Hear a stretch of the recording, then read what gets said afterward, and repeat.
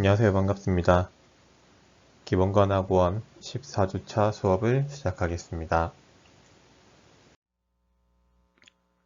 저작권 관련 사전 안내문 알려드리겠습니다.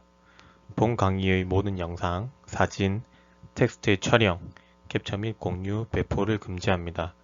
해당 경고를 무시하고 불법 복제 및 배포 등 저작권 침해 위법 행위가 이루어지는 경우 관련 법령에 따라 저작권자가 법적 조치를 취할 수 있습니다. 오늘은 소독과 멸균, 그리고 외과적 무균술, 내과적 무균술에 대해서 배우겠습니다. 간호학에서 이 소독과 멸균이라는 개념은 굉장히 중요합니다. 소독은 어떤 것인지, 그리고 멸균은 어떤 것인지 개념 자체를 이해하는 것이 굉장히 중요하고, 그 개념을 알아야 우리가 올바르게 소독을 하고 멸균을 하고, 그리고 외과적 무균술과 내과적 무균술을 지킬 수가 있습니다. 이 소독과 멸균은 물리적, 화학적 방법으로 세포 단백질을 파괴함으로써 미생물을 제거하는 것을 이야기하는데, 먼저 소독의 개념을 보면 이 소독은 세균의 아포를 제외한 대부분의 병원성 미생물을 제거하는 과정을 이야기합니다. 그리고 멸균은 조금 더 상위의 개념으로 세균의 아포를 포함해서 모든 형태의 미생물을 완전히 제거하는 것을 이야기합니다. 계속해서 각 개념을 조금 더 살펴보면, 먼저 세척을 보면 세척은 오염물이나 유기물과 같은 모든 종류의 오염을 제거하는 것으로 가장 기초적인 단계입니다. 물과 기계적인 마찰과 그리고 세제를 이용해서 세척을 시행합니다. 소독은 조금 전에 이야기했다시피 아포를 제외한 미생물을 죽이는 방법이고, 소독제는 살균제 일종으로 표면에 있는 모든 미생물을 불활성화시키지만 이 아포를 제거하지는 못합니다. 그리고 멸균은 아포를 포함한 모든 종류의 미생물을 완전히 죽이는 것으로 이야기를 했고, 멸균하는 방법에는 고압 증기 멸균법, 그리고 가스 멸균법, 건열 멸균법, 이런 것들이 있습니다. 그 다음 화학적 멸균제는 아포를 포함해서 곰팡이와 세균의 모든 미생물을 사멸하기 위해 사용하는 화학제를 이야기를 합니다. 그리고 살균제는 병원성 미생물을 죽이는 약물을 이야기하고, 피부 소독제는 피부나 조직에 있는 미생물을 제거하는 소독제를 이야기하는데, 우리가 주로 수술방이나 이런 데서 손위생을 할 때 사용하는 것을 피부 소독제라고 이야기를 합니다.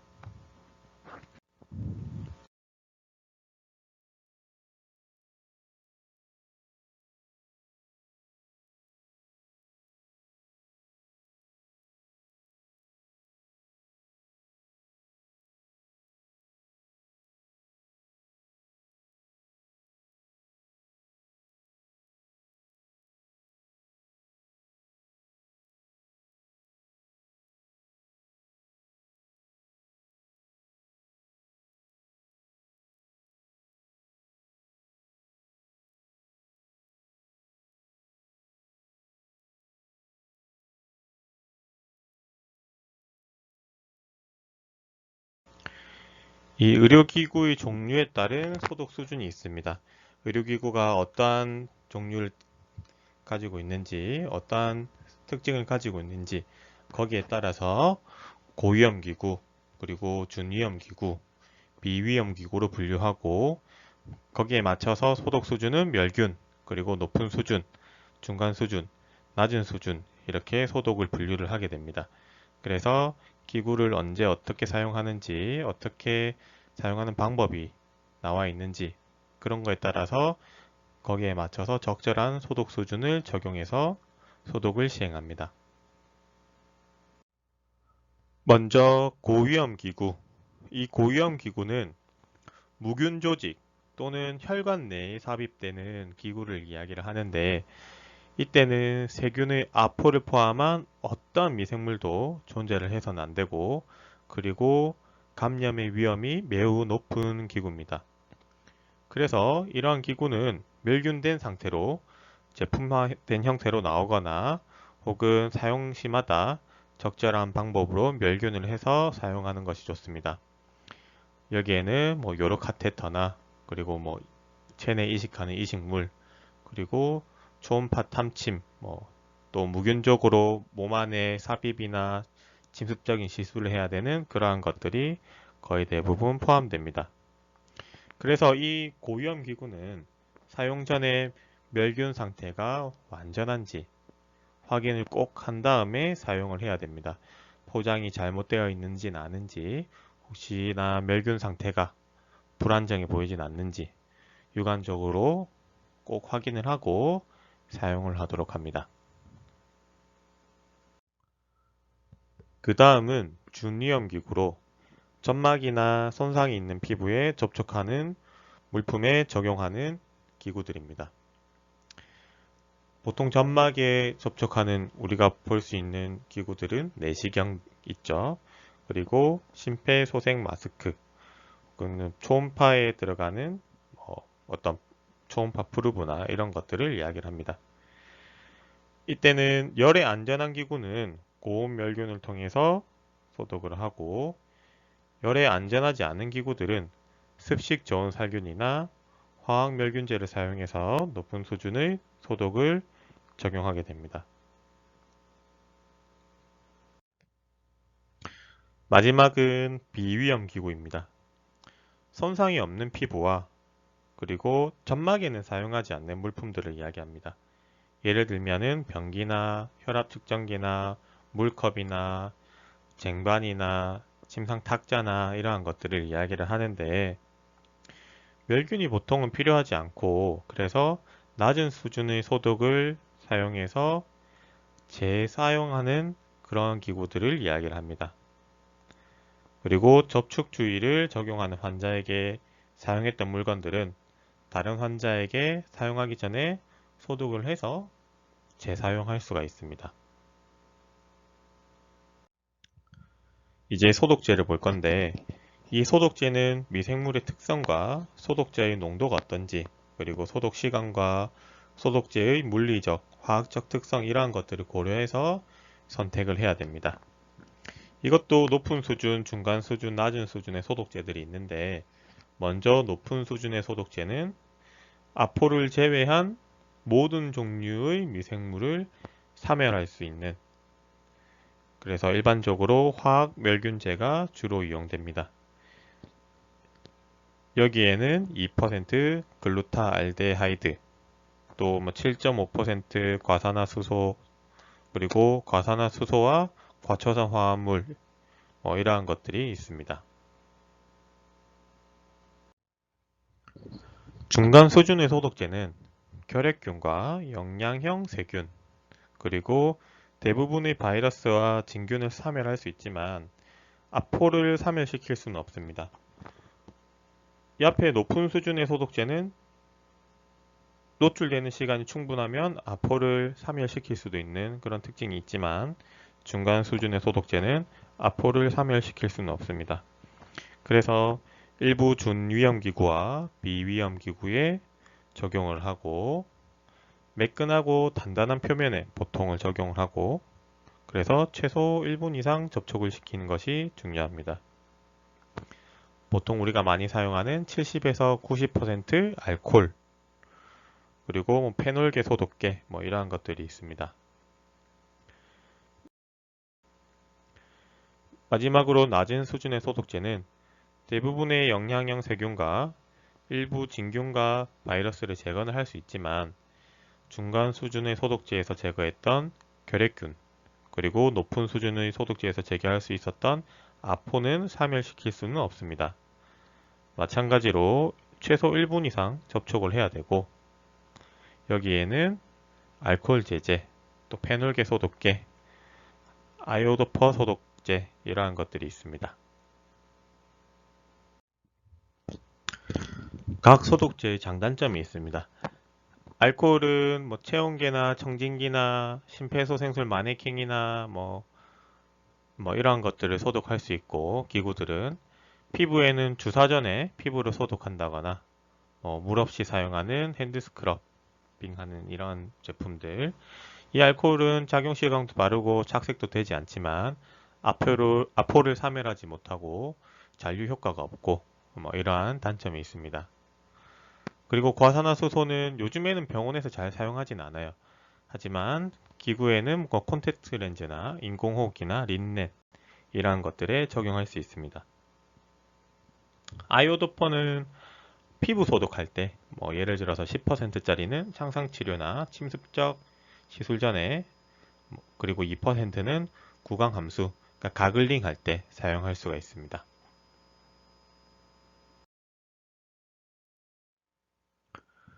그 다음 병원에서 많이 사용하는 클로르헥시딘. 2에서 4%는 손소독이나 침습적 처치나 수술 전 외과적 손소독을 할 때, 이럴 때 주로 사용하고, 또는 중심정맥관 삽입할 때 피부를 소독할 때 사용을 하기도 합니다. 그 다음에는 염소하고 염소화합물. 이거는 혈액이 쏟아지거나 묻은 곳을 닦는다거나 치과기구나 혈액투석에 사용하는 물이나 이러한 것들을 소독할 때 사용합니다. 그리고 글루타알데하이드는 내시경이나 마취기구나 트랜듀서나 이러한 것들에 적용을 할 수 있습니다. 그리고 OPA는 마찬가지로 내시경이나 고압증기나 가스멸균이 불가능한 제품을 멸균 소독할 때 사용할 수 있고, 그 외에도 여러 가지 소독제들이 있습니다. 참고해서 한번 읽어보시길 바랍니다.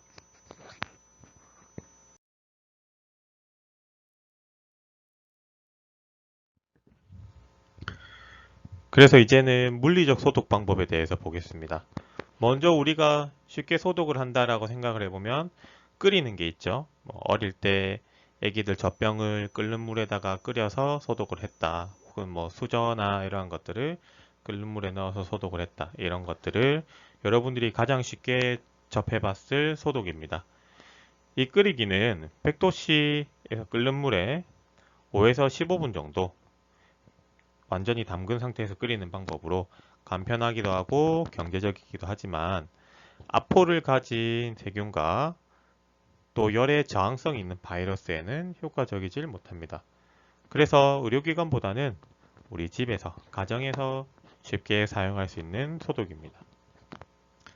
두 번째로 자외선 소독입니다.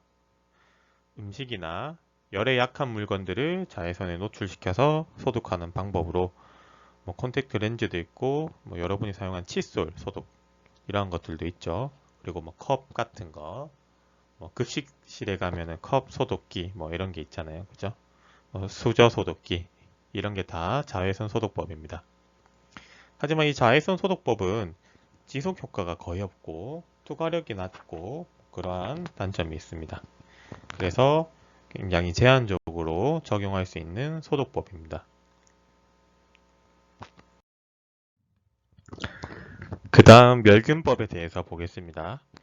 멸균은 아까 말한 대로 조직이나 혈관에 직접 접촉하는 물품에 적용하는 것인데, 병원균이나 비병원균 그리고 아포를 포함한 모든 미생물을 사멸시키는 것을 멸균이라고 이야기했습니다. 이 멸균을 할 때는 세척과 포장, 표기 이것이 중요한데, 세척을 할 때는 방수가운과 장갑이나 보안경 같이 긴 보호구를 꼭 착용을 하고, 흐르는 물에 물품을 세척한 뒤에 그 다음에는 더운 물에 세제를 이용해서 솔로 물품을 깨끗이 닦습니다.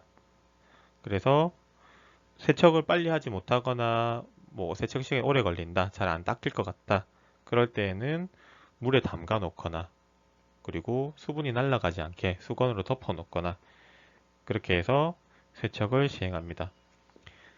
세척이 끝난 다음에는 물품을 완전히 헹구고 그 다음에 말려야 됩니다. 그리고 포장을 할 겁니다. 이 멸균 물품 포장지는 멸균제가 침투가 잘 되어야 되고 또 제거도 잘 되어야 됩니다. 그리고 포장을 하고 밀봉을 했을 때에는 미생물이나 먼지나 이러한 것들이 들어가지 않도록 그러한 것들을 견딜 수 있는 재질로 되어야 됩니다. 그래서 린넨이나 종이나 또 플라스틱 봉투나 그리고 뭐 굉장히 딱딱하거나 견고한 용기들을 사용을 합니다. 이 멸균 물품을 포장할 때는 멸균제가 기구의 모든 면에 다 도달할 수 있도록 포장을 잘 해야 되고, 이렇게 뭐 경첩이 있는, 그러니까 여닫을 수 있는 그러한 기구들은 풀어 놓거나 열어 놓아야 됩니다. 그리고 표기를 할 때는 겉에는 포장된 내용물이 어떠한 것인지 이름을 적고, 또 유효기간, 유효일자를 꼭 표기하도록 합니다.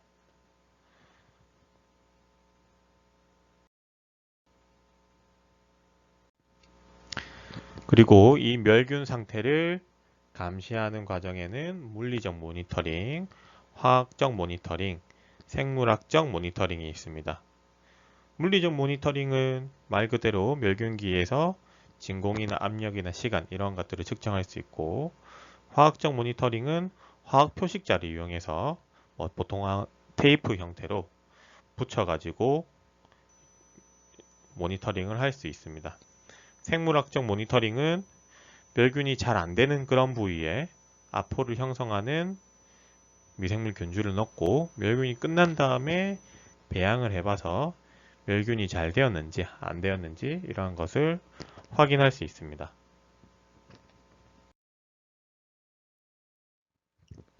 멸균 방법에서 가장 많이 볼 수 있는 것 중에 하나가 고압 증기멸균법, 오토클레이브를 이용한 멸균입니다. 고압 증기멸균기에서 증기 형태의 수별을 이용해서 멸균을 하는 방법으로 121도에서 132도 이 온도에서 멸균을 하게 됩니다. 이때는 아포까지 다 파괴가 되고, 이 오토클레이브는 관리 방법이 굉장히 편합니다. 단순히 증류수를 통해서 멸균을 할 수가 있고, 그래서 독성도 없고 비용도 매우 저렴합니다. 하지만 열에 약한 플라스틱이나 고무 제품이나 그리고 뭐 내시경 제품 같은 이러한 것들은 멸균에 적합하지 않고, 또 부식되기 쉬운 제품, 또 아주 예리한 칼날 이러한 것들은 사용을 할 수가 없습니다.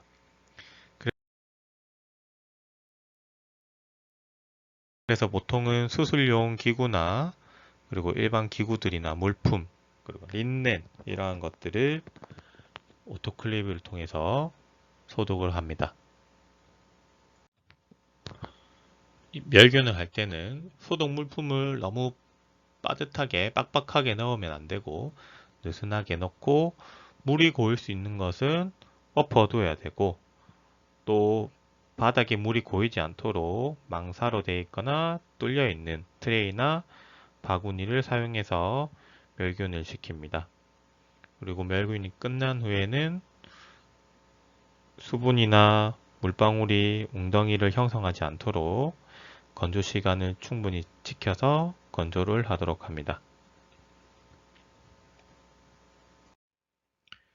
그 다음 급속 멸균이 있는데, 이것은 주로 오토클레이브를 이용하고 물품을 포장하지 않은 상태로 132도에서 3분 혹은 121도에서 7분 이렇게 멸균을 시킵니다.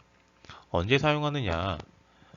수술장에서 수술기구를 예기치 않게 떨어뜨렸을 때, 그 수술기구를 대체할 수 없을 때, 그때 급하게 세척을 해서 급속 멸균을 시켜서 바로 사용하고, 이러한 방법을 사용합니다.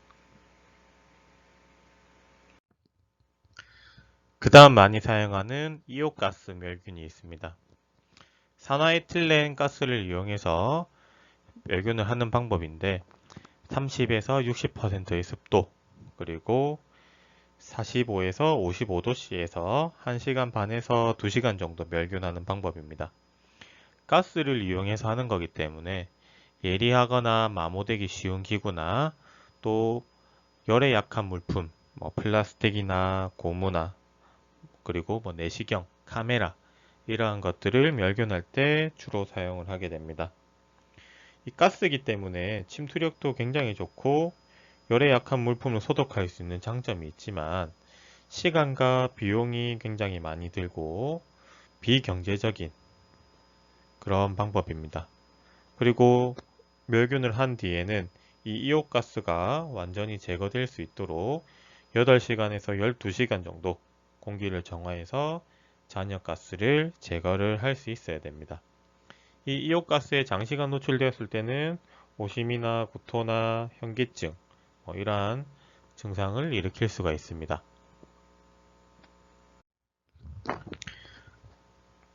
그 다음은 건열 멸균입니다. 160도, 1시간 정도 뜨거운 공기를 이용해서 멸균을 하는 방법으로 열에 의해 녹거나 물기가 닿으면 용해되는 물품, 그리고 수증기가 통과하지 못하는 물품, 또 유리주사기, 또 열에 강한 기구 이러한 것들을 사용을 합니다. 침투 시간도 길지만 대신에 속도가 좀 느리고 직물이나 고무 이러한 것들은 부적합한 멸균 방법입니다. 그 다음은 과산화수소 플라즈마 가스 멸균입니다. 58% 과산화수소를 가스화시켜서 멸균을 하는데 온도가 46도 정도 되기 때문에 주로 열에 약한 기구에 사용을 합니다. 그 다음은 과초산 멸균. 35% 과초산에 55도에서 56도 12분간 담근 다음에 멸균수를 헹궈서 사용할 수 있습니다. 그래서 침적할 수 있는 기구에만 사용하고 사용 직전에 멸균을 하고 하지만 보관은 어렵기 때문에 그리고 다른 멸균 방법에 비해서 굉장히 고가입니다. 그 다음은 방사선.